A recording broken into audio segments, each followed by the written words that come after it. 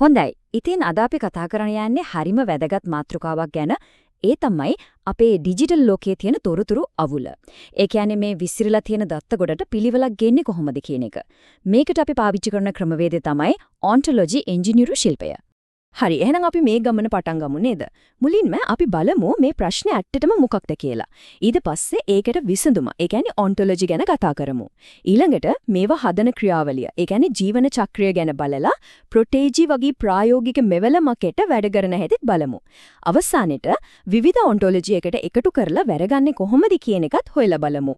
ඉතින් මුලින්ම බලමු මේ සම්පූර්ණ ශාස්ත්‍රයේම බිහිවෙන්න හේතුව මොකක්ද? ඇයි අපිට මේ වගේ දෙයක් ඕන වෙන්නේ?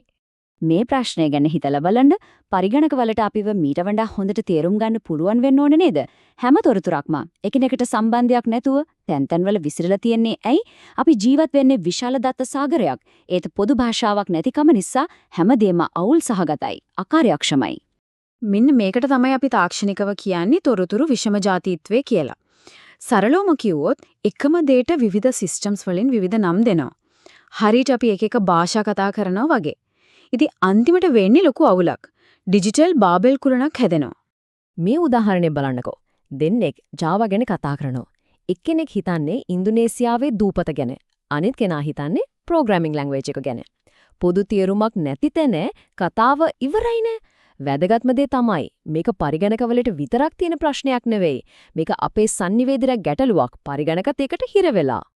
හරි, ප්‍රශ්නේ තේරුණා. එහෙනම් මොකක්ද මේකට විසඳුම? අපි දැන් මේ පැත්තට හැරෙමු. ඔන්ටොලොජි කියන සංකල්පය ගැන කතා කරමු. ඔන්ටොලොජි කියන්නේ හිතන්නකෝ යම්කිසි විෂයක් ගැන හැමෝම පාවිච්චි කරන එකඟ වුණු පොදු ශබ්දකෝෂයක් සහ නීති රීති මාලාවක් කියලා. මේක නිකම් ශබ්දකෝෂයක් නෙවෙයි, මේක සුපර් පවර්ඩ් එකක්. පරිගණක වලට තේරෙන විදිහට හැම වචනයකම තේරුම ඒවා අතර සම්බන්ධකම් ඔක්කොම පැහැදිලිව ලියලා තියෙනවා. හරියට ගියක් හදන්න කරින් අඳින බ්ලූ ප්‍රින්ට් එකක් වගේ. මේ බ්ලූ ප්‍රින්ට් එක නිසා හැමෝම දන්නවා පොතක් කිව්වම ඒකට මාතෘකාවක් සහ කර්තෘවරයෙක් තියනවා කියලා. ඒ වගේම කර්තෘ කියන්නේ පුද්ගලයෙක් කියන වර්ගයට අයිති කෙනෙක් කියලා දන්නවා. ඉතින් මේකෙන් වෙන්නේ එකම දේ ගැන තියෙන විවිධ අදහස් එකතු කරලා පොදු තේරුමක් ගොඩනගන එක. හොඳයි, එතකොට මේ වගේ බ්ලූ ප්‍රින්ට් එකක් හදන්නේ කොහොමද? මේක නිකම් හිතට එන දේවල් ලියන එකක් නෙමෙයි.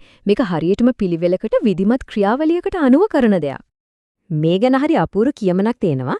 යම් ක්ෂේත්‍රයක් යම්තාක් දුරට පරිණත වූ විට එය කලාවක් වීම නතර වී ඉංජිනේරු ශිල්පයක් බවට පත් වෙනවා කියලා. ඔන්ටොලොජි හදන එකක් දැන් ඒ තත්වෙට ඇවිල්ලා. ඒක කලාවක් නෙවෙයි.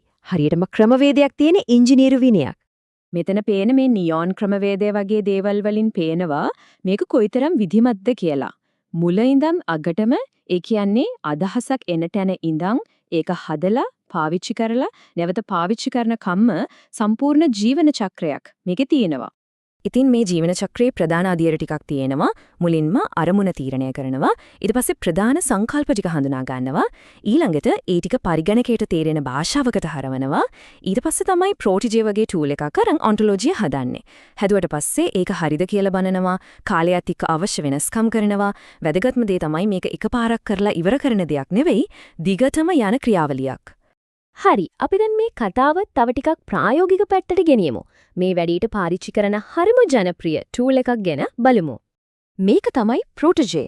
සරලවම කිව්වොත් මේක ඔන්ටොලොජි හදන්නම හදපු සොෆ්ට්වෙයාර් එකක්. නොමිලේ ගන්න පුළුවන් ඕපන් සෝස්.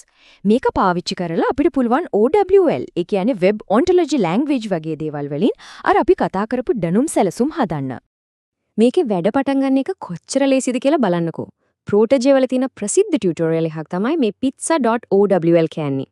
අලුතෙන් OWL ඔන්ටොලොජි එකක් හදන්න සිලෙක්ට් කරලා ඒකට අනන්‍ය නමක් දීලා සේව් කරගන්නවා.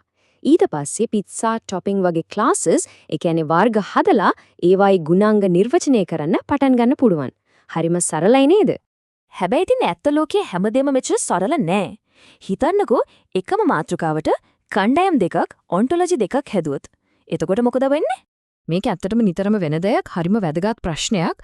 එකම මාතෘකාව ගැන ඒත් පොඩි වෙනස්කම් තියෙන ඔන්ටොලොජි දෙකක් අපිට හම්බ වෙනවා. අපිට ඒ දෙකම එකට පාවිච්චි කරන්නත් ඕන. එතකොට මොකද කරන්නේ?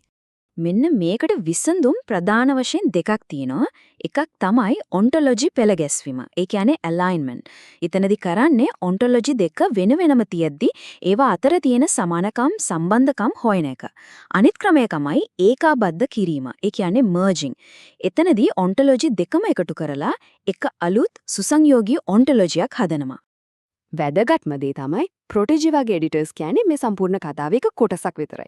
මේ වටේට විශාල මෙවලම් පරිසර පද්ධතියක්ම ගොඩනැගිලා තියෙනවා. ඔන්ටොලොජි ගබඩා කරලා තියන්න රිපොසිටරිස්, ඒවායේ තර්කනීය ස්වයංක්‍රීයව පරීක්ෂා කරන්න රීසනර්ස් වගේ ගොඩක් දේවල් තියෙනවා.